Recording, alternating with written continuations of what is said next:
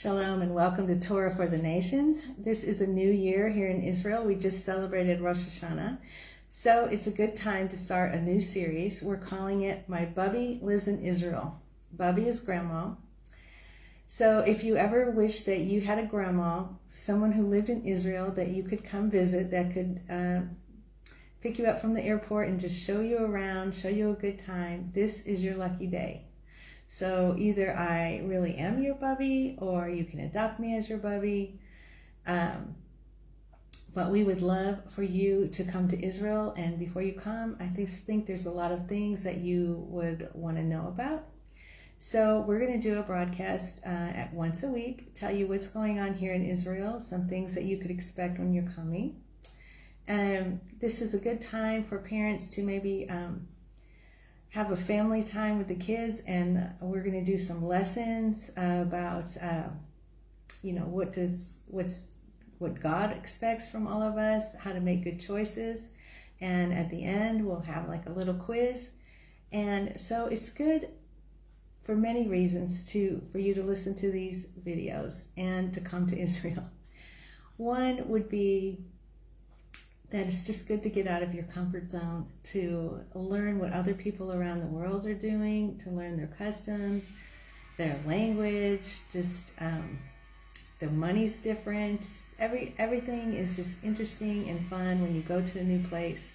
So I hope you can make plans to come visit us, look us up.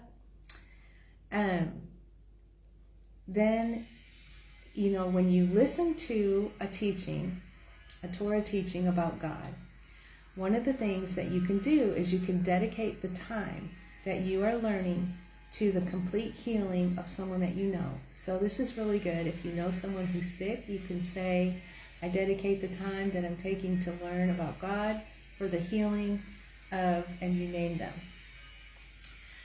And also, it's a time of learning, and maybe when we do the quiz at the end, kids can talk their parents into giving them a prize if they get the answers right. You can start a little savings, because one of the things you're going to want to do when you come is buy some souvenirs, and you're going to get home and your friends are going to say, what'd you bring me from Israel? So you're going to want to buy yourself some fun things and some souvenirs for your friends. And so this would be a good time to learn and use it as an opportunity for like a family night, a study time, also a time to maybe for the kids to earn some money for their trip. So listen carefully, because I'm going to ask you some questions at the end. I want to tell you that what we did here this last weekend in Israel, the holiday was called Rosh Hashana. And it's our Happy New Year, and it's in the fall. So if you come in the fall, you might be here for Rosh Hashana. So Rosh means head, and Hashana means year. So it's the head of the year. So this is I want to show you. Can you see it? This is a fish head. You see the eyeball? Okay. Many people have a fish head on their table at Rosh Hashana because it shows that we're the head and not the tail. And also that, fish are always moving, and they're always just swimming around. And so that is a sign that we should always be busy looking for good things, good deeds that we can do. So that was one of the things we had. Another thing that we have on Rosh Hashana is we dip the apple in the honey. That's a real big thing. So we have a little jar, a little bowl with honey. Everybody at the table had a piece of the apple, and we dip the apple in the honey, and we pray that God would give us a sweet year. So we don't have sour foods, spicy foods. We don't have those. We try to have just sweet foods to symbolize that we're going to make good choices, which will result in a sweet year. Then we went over to the shul to pray. And one of the things, we pray for hours and hours. We pray for the whole world. And one of the things that we do is we crown God the King. We want God to be our King. And one of the things that we do is we listen to the sound of the shofar. I'm going to show you what a shofar is, and I'm going to try to do a sound for you, because there's a psalm that says, blessed are those who know the sound of the shofar. And I am horrible at this. It's really tricky how to get a sound out of the shofar. When you come to Israel, you'll see a lot of shofars. This is a very symbolic thing for Israel for many ways that we won't get into now. But one of them is that we blow the shofar on Rosh Hashana, and we're supposed to listen to the shofar sound, and we crown God the King. And a lot of people come and they want to buy a shofar for their souvenir. They have like lots of little ones. All right, see if I can do this so you can know what a shofar sounds like.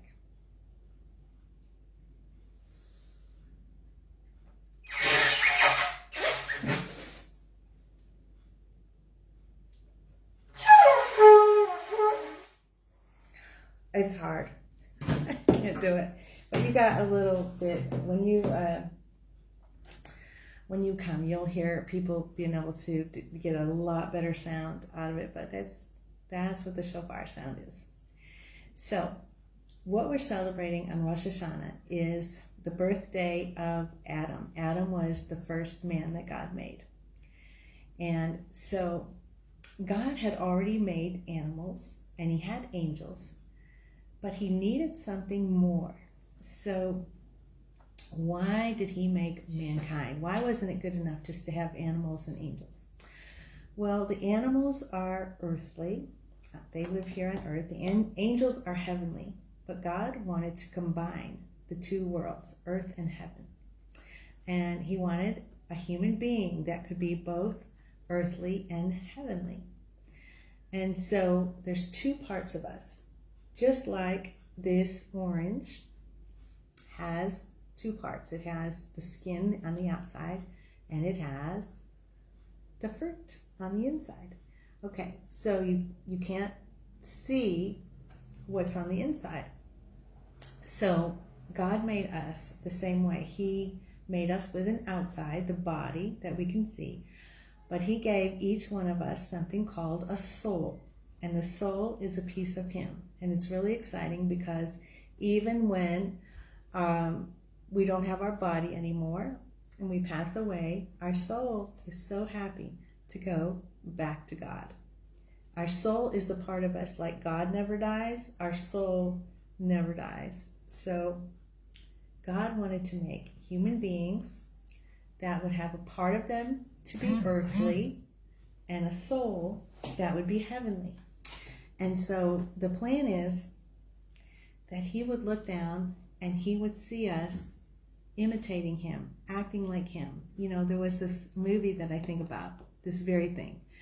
When this girl was up on the stage dancing, and her mother was so proud of her, and her mother said, oh, she gets that from me. And maybe you do something and your parents are proud of you, and they're like, oh, you know, you're a really good artist. You get that from your dad. Or, oh, you're a really good soccer player. You get that from your mom. I know, you know, maybe you're really good at jump rope, and you get that from your Bubbi. You know, whatever it is, I'm sure you've probably had people say to you, oh, I know who you get that from. Also, when God made human beings and he put a piece of himself, the soul that never dies, inside of each one of us, he wants to look down and he wants to say, oh, look at them. They get that from me. Like when we go through our day and we think about, what would God want me to do? Then that's we're thinking about our soul, and we're making God proud. There were my friend, who's also a Bubbi, who's also a grandma. She was babysitting her kids, and two grandkids. One was 5 and one was 7. And of course, even though she had tons of toys in her house, they both wanted the same toy, and they both were fighting over the same toy. So she went up to them and she said, now let's think about this. What do you think God wants you to do? And so the older one said, I think God wants him to say he's sorry for coming and taking my toy. And so the little one said, I'm sorry.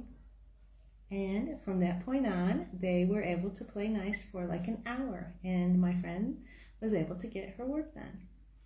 So it's very good for us to always think about in every situation, what does God want me to do? What does that soul, that little soul inside of me want more than what my flesh wants? So we listened to a story on Rosh Hashana. So remember, listen carefully. I'm going to ask you questions at the end. We read a story about a woman who, her name was Hanna. And Hanna was married to a very nice man, but there was something that Hanna didn't have, and that was a baby. Year after year went by, and Hanna was never able to have a baby. And so it was Rosh Hashana, and Hanna went to the place where you pray, and she was just moving her lips and just kind of whispering and praying to God. And she looked kind of strange because she was so intense and so saying, God, you are my king, and you are the only one that can answer my request. And that is so the wonderful thing about having God as your king. Our king can do things that nobody else can do. And Hanna knew that it was only God that was going to be able to let her get pregnant and have this baby. And she was telling him, I don't want this baby just for myself. My soul wants this baby. Because when God put a soul inside each of us, he gave us each a job to do. So the soul, he says, I'm going to put this soul inside this skin, and you're going to be born, and you're going to have an earthly body. But really, I want you to pay attention more to what's on the inside, more about the soul. What is your soul here for? What are you supposed to accomplish? And so Hanna just knew that her soul wanted to have this baby, and that this baby would grow up and be a blessing to the whole world. And so she was asking God, please answer my prayer. And so the religious maid Ellie came up to her and said, Hanna, what do you just, are you drunk? He knew she wasn't drunk because she was a righteous woman, but he was like, he couldn't understand why her lips were moving, and he couldn't really understand what she was doing and why she was just so intense. And she said, no, I'm not drunk. I'm just pouring out my soul to God.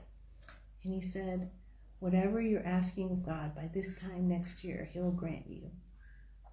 And by that time next year, Hanna had a little boy that she named Samuel, and Samuel became a blessing to the whole world.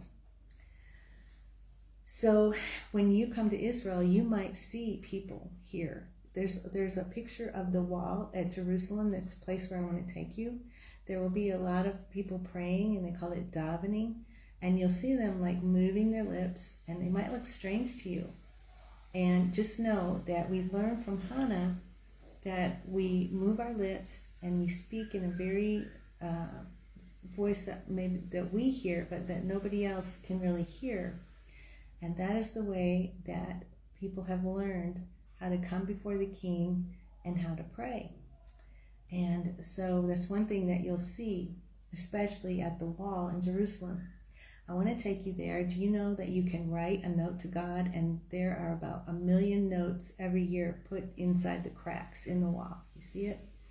And you can pour out your soul to God and ask him.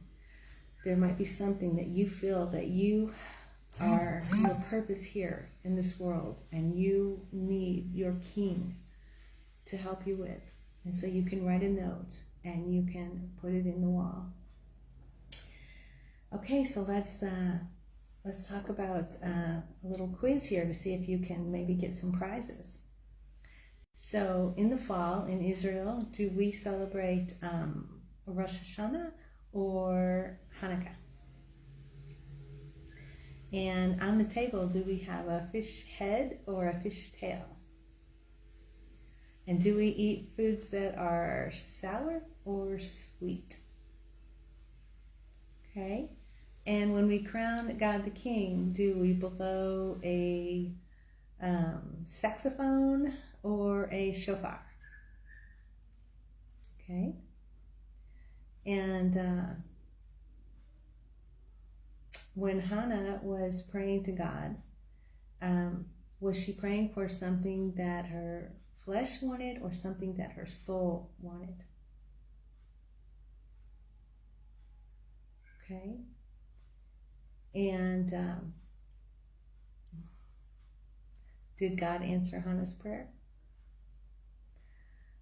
Okay. So now you know a few things that maybe you didn't know about Israel. You know some things about Rosh Hashana, and you know some things about Hanna. She had a baby boy named Samuel. I don't know if I told you that. You know, I was sitting in the shul and my friend said my dad's name was Samuel and his mother's name was Hanna. And she just realized it when we were studying that story, that Hanna had a baby named Samuel. And Samuel grew up and was a blessing to the whole world. Okay, so next week there'll be another video. I hope you press like and subscribe so you'll get a notification. And I can't wait for you to come. So excited. Shalom from Israel.